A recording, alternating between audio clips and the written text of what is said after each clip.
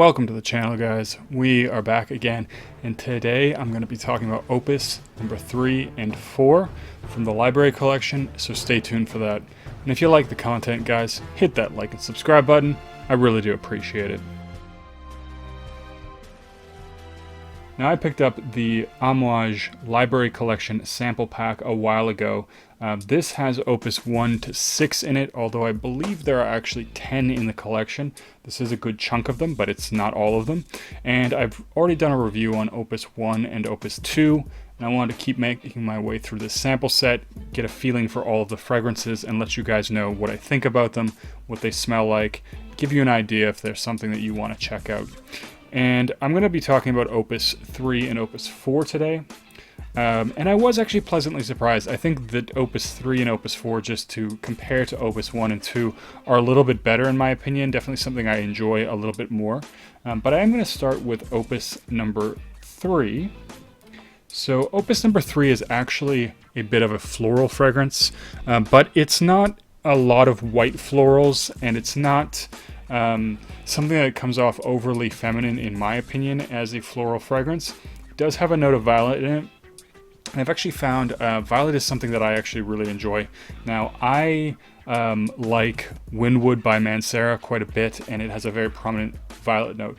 I will say that the violetness does not smell the same. There is other components, so it really does have a different vibe to it. But it does provide a similar overall fresh and somewhat breezy quality that I do actually enjoy. The other prominent one that I smell, the other prominent floral that I smell is Mimosa. And it has a little bit of a sweet touch to it. So this is a bit of a sweet floral fragrance. And interestingly enough, I get kind of a banana vibe, a little bit of a banana vibe during the opening of this one.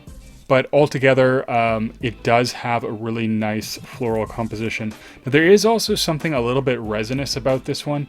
Not heavily resinous, but there is a slight resinous touch to this one. And I think in common or in typical Amouage fashion, especially as I think of Amouage, these are more complex fragrances, and a lot of their fragrances do have a lot of stuff going on in them. And I think that this one is really no exception. It isn't just floral, it isn't just resinous, but it's actually a nice deep composition of all of them. And there's a lot of things that I actually get from this fragrance that really make it something that is enjoyable. It's a fresh, light fragrance overall. It is definitely floral, a little bit resinous, and I do get a little bit of a sweetness there, and I think that's from the vanilla and the florals. And I also get a slight powdery quality as well. It is interesting, in the opening I get a little bit of the nutmeg, which really does add to, I guess, the robustness of the opening, but it is actually really well put together. And especially for a floral fragrance, it's pretty good. It's definitely pretty good. There is an underlying tone of musk as well, so it is kind of have this clean vibe to it as well. Not soapy in any way, nothing like that, but it is, as I said, really nice, and it does perform really well. So this one I don't think is as strong as, say, Opus 1, which to me was overpoweringly strong for the type of fragrance that it was, and just not something I enjoyed very much.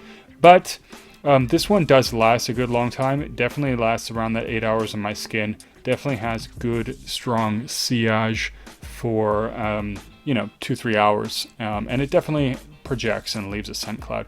This is a classy fragrance, so I wouldn't as much wear this casually, but there's something about it. I think the sweet florals that does make it a very nice spring fragrance. Especially, I could actually see wearing this with a t-shirt just because it is just such a light fragrance, but again, like I mentioned, it's very classy and well composed. So I guess the one thing I would complain about with this fragrance is that it is perhaps a little bit dated feeling.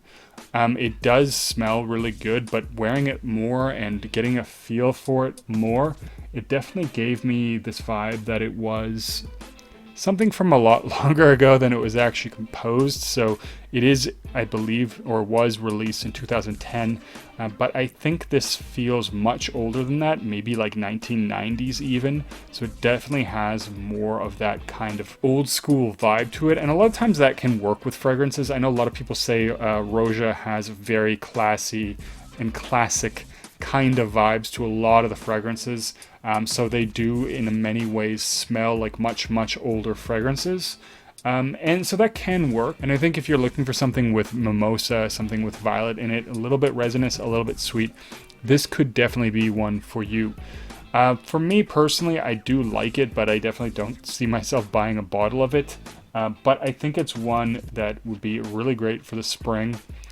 Just has this sort of fresh, lively, uplifting feel to it. And it has a certain complexity that makes it a little bit challenging without being exceptionally challenging, because there's always a little bit more something to unfold or unravel as you're smelling it.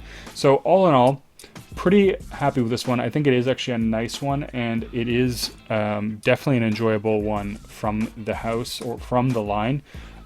So if you like a floral, powdery fragrance, a little bit sweet, a little bit resinous, Opus number 3 might be the one for you. Now, Opus number 4 is one that I was also really looking forward to trying out, because it is supposed to be quite a spicy fragrance. Now, I really enjoy spicy fragrances, so Spice Bomb, Spice Blend, I actually really liked a lot. I know a lot of people didn't like that one, but I liked the subtle spice and booziness that it offered. It was really different than I was expecting, but nonetheless, I think it did something to make a nice, gentlemanly fragrance. But anyways, I really do think this one is, it is interesting and it is nice, but it's also a little bit challenging.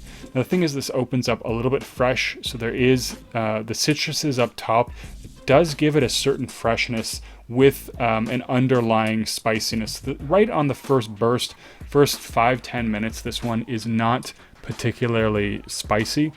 It's more like a fresh spicy, but that that does not last that long. Those citruses very quickly move into the background, and this does become a very, very spicy fragrance. Now, it's not spicy in the sense of something like Spice Bomb, where I find, the pepperiness, especially in Spice Bomb Extreme, it can be very peppery, and I do like it, but it's very in your face. Now, the spice in this one is quite a bit different, so it is complex and it is really nice, but the thing that really strikes me the most is this smells a lot like a cooking cabinet or something like that. And at times I actually want to call this one like a gourmand fragrance, because it does give kind of a curry vibe. So it really does kind of have that spicy curry feel to it. And I think that's the coriander most specifically. And it is because the spices are so dominant in this fragrance that it is they overtake pretty much everything else. There's coriander, there's cardamom, there's caraway, and they just overall give this very spicy food-like impression, but again, more like an Eastern cuisine, something like a curry. And so it is nice, but it is a little bit more challenging in that respect. It's not spicy in the sense of a lot of other spicy fragrances that I think of, or even if you think about something like Viking, which a lot of people say is really quite spicy. And I would agree in the opening it's very spicy, but I like that, right? So it's a nice spicy with a cooling mint. This one is so very different from that again, and it just has this almost food-like quality to it. Now, it does generally stay like that, so it is fairly linear in its execution. So this is a fragrance that once it settles into that spiciness, that's pretty much what you get for the rest of the fragrance, and it does last quite some time. So this one, to me, is a very spicy curry fragrance, and it lasts like somewhere again around that 8-hour mark.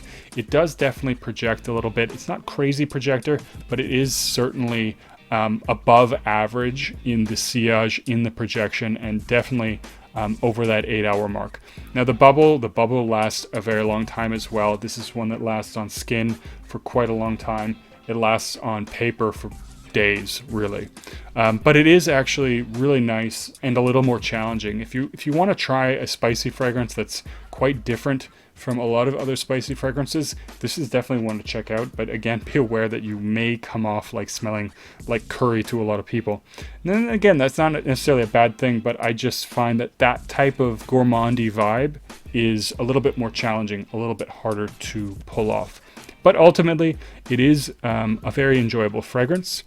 If not a little bit more challenging, a little bit more on the artistic side. And in fact, I think this Opus line is really something that gives off the impression a lot of what Amouage is often known for, which is being a little bit more daring, a lot more niche, and definitely having fragrances that stand out, are very unique, and do cater to a certain type of person that wants to wear them. So, you know, in summary, I do like Opus 3 and Opus 4 a lot more than Opus 1 and Opus 2. I wasn't too excited about those two. These two are not nearly as bad. I don't want to say that, but I mean, these are pretty nice, especially Opus 3 I think is the easiest to wear. Opus 4 a little more challenging. But anyways, guys, I think I'm gonna cut the video there. Hope you enjoyed it. I'm going to be doing another video for Opus number 5 and Opus number 6, so do stay tuned for that. And don't forget to leave a comment down below. Which is your favorite Amouage? Have you tried the Opus line? If so, what did you think about it? And yeah, don't forget to like and subscribe, and I'll see you guys in the next video.